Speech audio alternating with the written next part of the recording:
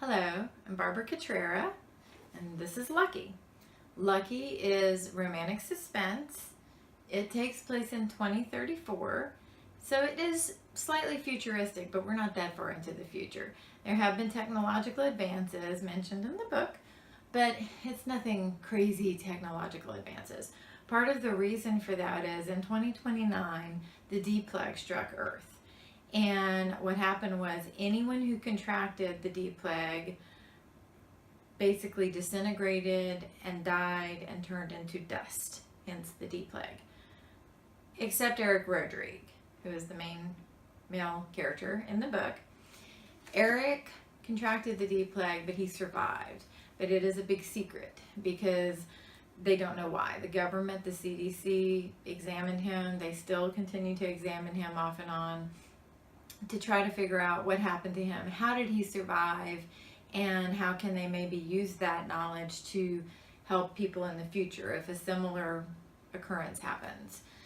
Eric is very smart, he's very handsome, he is totally plagued by survivor's guilt. You have half the world's population gone because of the D plague, but yet he lived. He lost everyone in his family, but he survived, and he just really has trouble coping with that. But what drives him is the desire to continue to run his parents' company. His parents owned a pharmaceutical company. And so his desire to continue to help people and to carry on their mission keeps him going. But he really doesn't have any personal reason to live other than to keep his family's dream alive.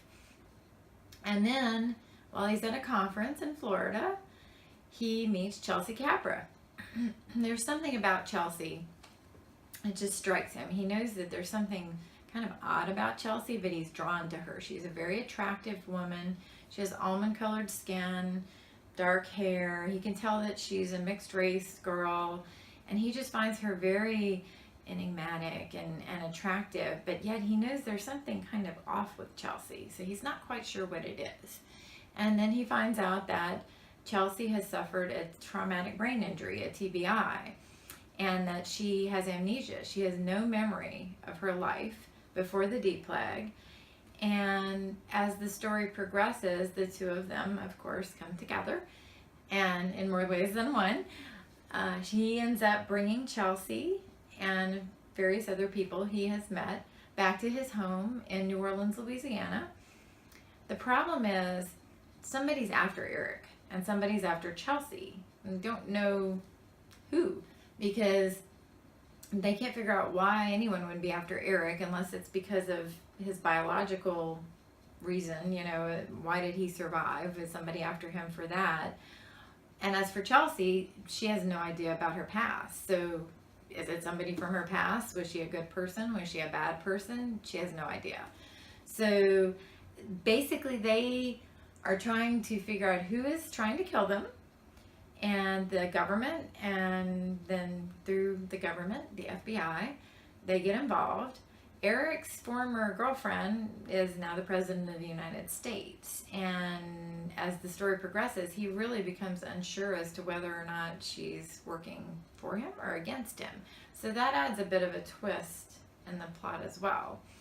The vice president and his wife are also featured in the book, and they are closely tied to what is happening and what's going on with the whole situation of who is after Eric and who is after Chelsea, and is that person one and the same. So throughout the book, Eric and Chelsea have to come to terms with what happened in their past. Eric is alive. He has to deal with his survivor's guilt. Chelsea is not going to get her memory back, and so she has to come to terms with the fact that whoever she is starts now, and she has to deal with that. Even when she finds out things about her past, she doesn't remember them, and so they have to come together as a couple, but they also have to survive to stay together as a couple. So if you like romantic suspense and steamy romance, and you have like a sort of futuristic edge to things, then please check out Lucky, and I hope that you love it. Happy reading.